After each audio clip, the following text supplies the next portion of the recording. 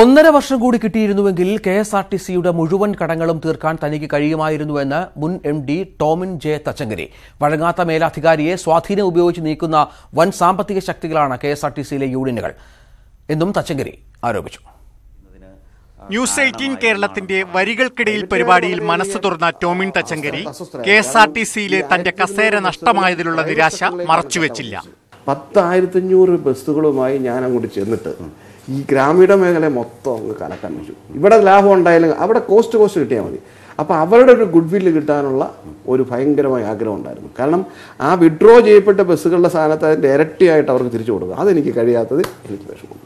1.5 വർഷം കൂടി കിട്ടിയിരുന്നെങ്കിൽ കെഎസ്ആർടിസിയുടെ 700 കോടി രൂപയുടെ കടം തീർക്കാൻ തനിക്ക് കഴിയുമായിരുന്നു. കെഎസ്ആർടിസിയെ ലാഭത്തിലാക്കാന്ന് മാത്രമല്ല, പഴയ കടങ്ങളൊക്കെ തീർക്കാനും കഴിഞ്ഞേനെ. TDS അടയ്ക്കാതിരിക്കുക, ആൾക്കാർക്ക് കൊടുക്കാനുള്ള പൈസ, സപ്ലൈസിനുള്ളത് എല്ലാം കൂടെ കൂടി.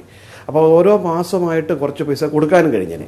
താൻ എന്തൊക്കെ ചെയ്തിരുന്നെങ്കിലും യൂണിയൻ നേതാക്കൾ അതിനെയെല്ലാം എതിർത്തു. അവർ ഞാൻ എന്ത് ചെയ്താലും അതിനെ എതിർക്കുമായിരുന്നു. അതായിരുന്നല്ലോ ഒരു പ്രധാന കാരണവും. ഇതിനകത്ത് ഏതാ ശരി ഏതാ തെറ്റെന്ന് പറയേണ്ട ഒരു സെഗ്മെന്റാണ് ഗവൺമെന്റ്. കെഎസ്ആർടിസി നഷ്ടത്തിലാണെങ്കിലും അവിടുത്തെ തൊഴിലാളി സംഘടനകൾ ലാഭത്തിലാണ്.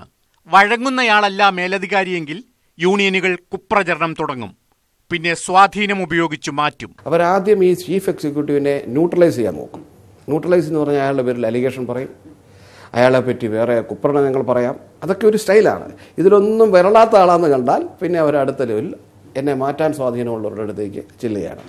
താൻ കെഎസ്ആർടിസി MD ആയിരുന്നപ്പോൾ പ്രൈവറ്റ് ബസ് ഉടമകൾ അസ്വസ്ഥരായിരുന്നുവെന്നും തച്ചങ്കരി പറഞ്ഞു. News desk, news 18.